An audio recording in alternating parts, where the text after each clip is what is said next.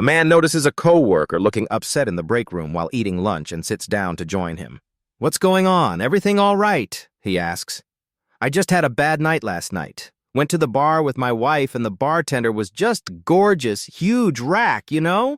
And I meant to ask for a vodka with a twist of lemon, and instead I said tit of lemon, and my wife was furious. She hasn't spoken to me since." The first man chuckles and says, "Don't be so hard on yourself. I do that kind of thing all the time." Take this morning, for example. I'm across the breakfast table from my wife, and I meant to ask her, "Honey, could you please pass me the sugar?" But what I said instead was, "You're ruining my life." My wife just turned to me and said, "I was talking to you and you yawned 6 times. Am I boring you?" I said, "Those were not yawns. Those were 6 unsuccessful attempts to speak." A 4-year-old little boy was at the doctor's office with his mother in the waiting room when he spotted a pregnant lady on the other side of the room. Having nothing better to do, he walked over to her and inquisitively asks, "Why is your stomach so big?" She replied, "I'm having a baby." With big eyes, he replied, "Is the baby in your stomach?" She said, "He sure is." Then the little boy, with a puzzled look on his face, asked yet another question. "Is it a good baby?" She said, "Oh, yes. It's a real good baby." At this point, the woman is thinking the little boy is incredibly cute and looks forward to what he has to say next. And, much to her surprise, with an even more surprised and shocked look than before, he asks, "Then why did you eat him?" A man notices his co-worker sulking in the break room and sits down next to him. "What's wrong? Everything okay?" he asks.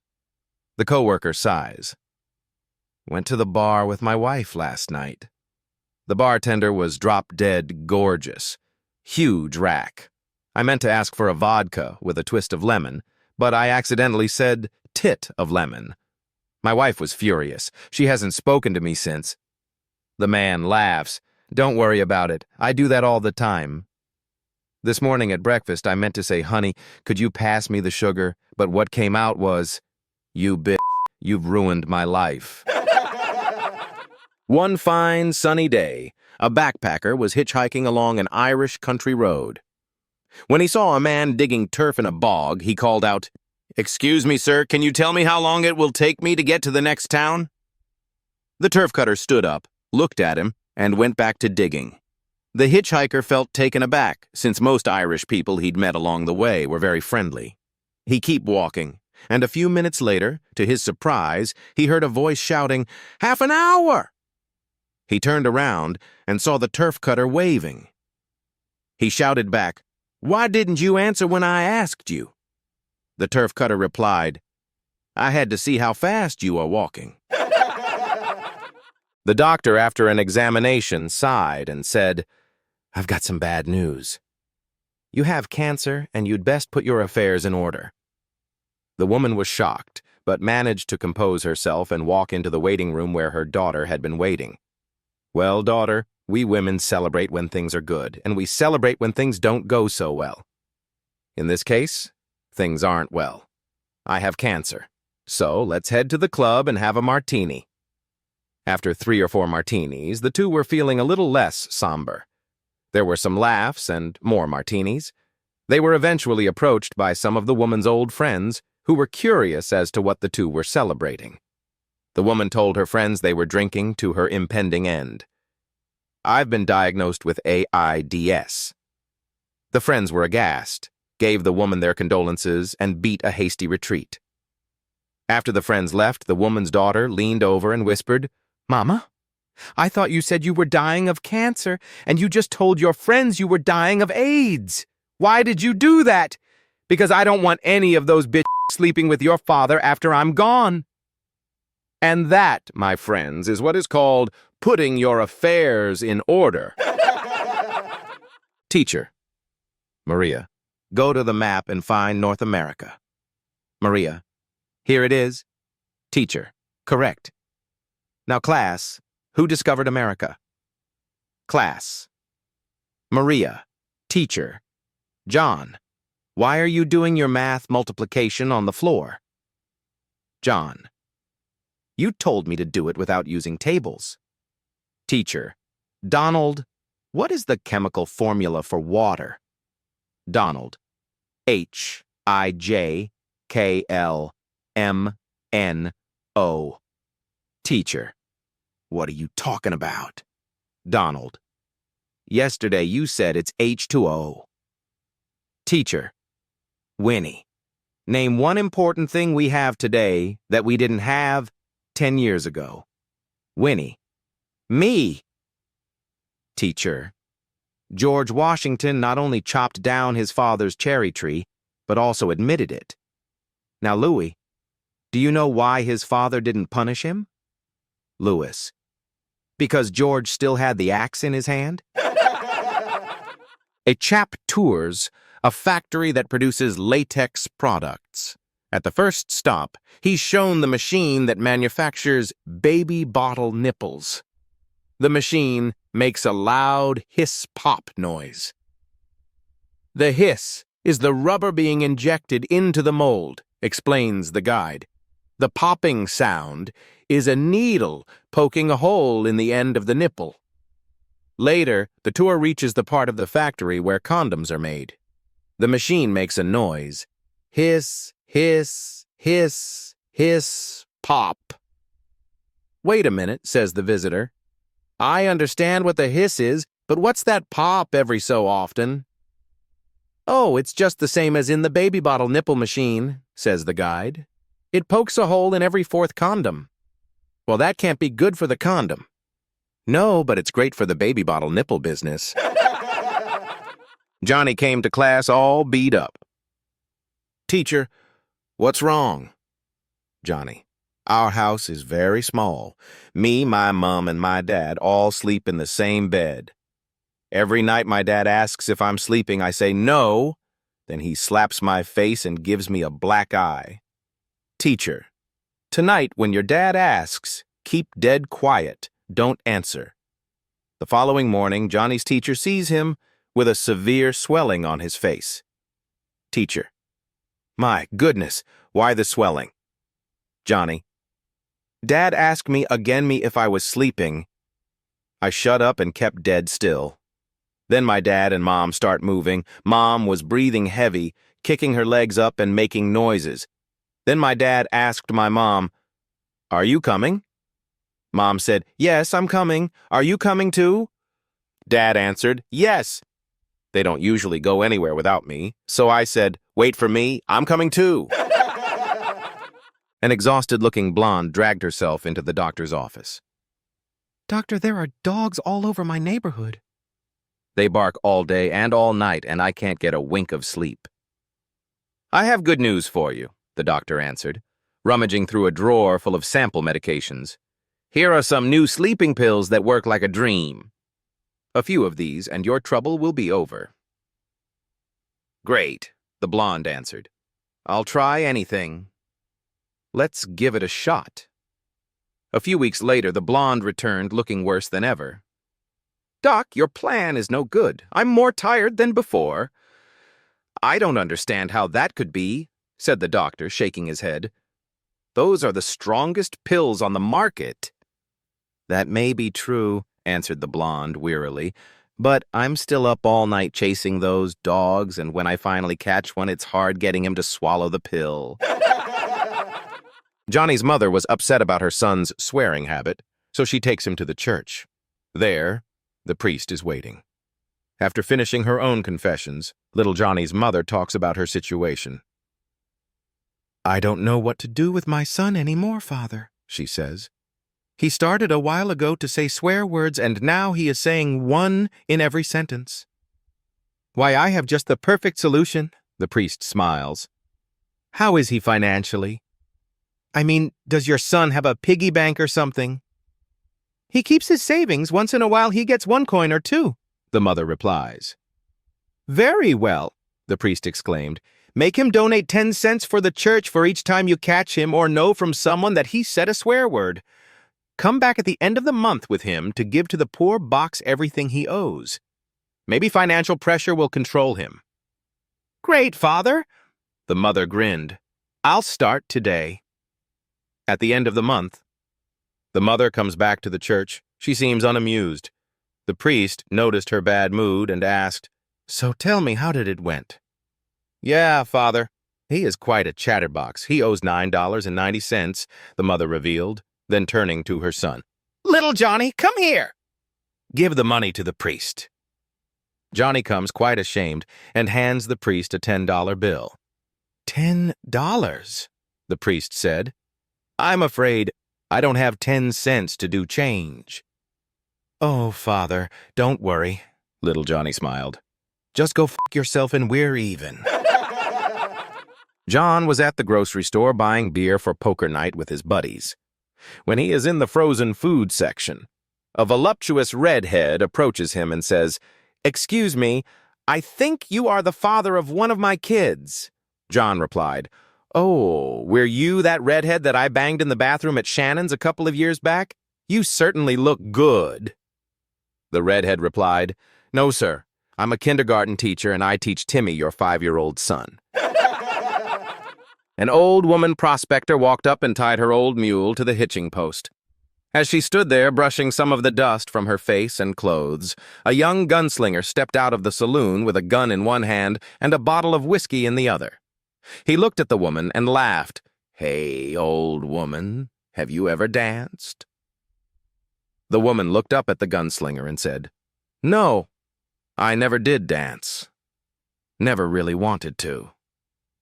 A crowd has gathered as the young gunslinger grinned and said, "Well, you old bag, you're gonna dance now," and started shooting at the old woman's feet. The old woman prospector, not wanting to have her toes blown off, started hopping around. Many were laughing. When his last bullet was fired, the gunslinger, still laughing, holstered his gun and turned around to go back into the saloon. The old woman turned to her pack mule, pulled out a double-barreled shotgun, and cocked both hammers. The loud clicks carried clearly through the desert air, and the crowd immediately stopped laughing. The gunslinger heard the sounds too and turned around very slowly. The silence was almost deafening. The crowd watched tensely as he stared at the woman and the large gaping holes of those twin barrels. The barrels of the shotgun never wavered in her hands as she quietly said, "Son, have you ever kissed a mule's ass?" The gunslinger swallowed hard and said, "No, ma'am, but I've always wanted to." "I had a call from a scammer the other day." "Me. Hello. This is Bob Bobson from Microsoft Support. We are seeing a lot of virus activity from your device." "Me. Oh, no. My device? Are you sure?" "Not. Microsoft Support. Oh, yes, we have many reports." "Me. Oh, geez. How can I fix it?" "Not Microsoft Support." "It's okay, sir. We can help you right now." "Are you in front of your device, sir?" "Me. Yes. I was just about to use it. I'm glad you called Not Microsoft Support." "Yes, sir, we are going to help you." "Can you please push the start button?" "Me. I think it's already on." "Not Microsoft Support." "Okay, sir. Now you want to click on Control Panel B. I don't see that." "Not Microsoft Support." "Do you see a bunch of information above the start button?" "Me. Yes." "Not Microsoft Support. That is your control panel." "Me. Wow, I didn't realize it had a name." "Not Microsoft Support." "Yes, sir, now press on Internet Options." "Me. Yeah, I definitely don't see any Internet options. I don't think I purchased that feature. This is just a cheap one, not Microsoft Support. They all have the Internet, sir." Press the Start button again. "Me. Okay, it's the same as before." "Not Microsoft Support." "That's okay, sir. We are going to restart your device. Can you please turn it off?" "Me. I don't know how. I've never turned it off. Since I bought it, it just kind of stays on all the time." "Not Microsoft Support. There must be an off button on your device." "How do you stop it when it's running?" "Me. In those cases, I usually press the big button." "Not Microsoft Support." Okay, sir. Please press that button. Me. Okay. Not Microsoft support. Is your device off? Me. No. The door popped open. Not Microsoft support. Door? Is there a disk inside the door? Me. No, there's a burrito. Not Microsoft support. Why is there a burrito in your computer? Me. Computer? I thought you said this was microwave support. A young monk arrives at the monastery. He is assigned to helping the other monks in copying the old laws of the church by hand. He notices, however, that all of the monks are copying from copies, not from the original manuscript. So the new monk goes to the head monk to question this, pointing out that if someone made even a small error in the first copy, it would never be picked up. In fact, that error would be continued in all of the subsequent copies. The head monk says, "We have been copying from the copies for centuries, but you make a good point, my son." He goes down into the dark caves underneath the monastery where the original manuscripts are held as archives in a locked vault that hasn't been opened for hundreds of years. Hours go by and nobody sees the head monk. So the young monk gets worried and goes down to look for him. He sees him banging his head against the wall and wailing, "We missed the R! We missed the R! We missed the R!" His forehead is all bloody and bruised, and he is crying uncontrollably. The young monk asks the head monk, "What's wrong, father?" The head monk, with tears in his eyes, replies, "The word is celebrate, not celibate." Dave and Pete were a couple of drinking buddies who worked as aircraft engineers at Heathrow. File attachment, file attachment. One day, the airport was fogged in and they were stuck in the hangar with nothing to do. Dave said, "Man, I wish we had something to drink." Pete replied, "Me too. You know, I've heard you can drink jet fuel and get a buzz. Want to try it?" So, they pour a couple of glasses of high-octane goodness and get completely smashed. File attachment. File attachment. The next morning, Dave wakes up and feels surprisingly amazing. No hangover, no side effects, nothing. Then the phone rings. It's Pete. Pete. "Hey, man, how do you feel this morning?" Dave. "I feel great. How about you?" Pete. "Same. That jet fuel is brilliant stuff. No hangover at all. We should do this more often." Dave. "Absolutely. Best idea ever."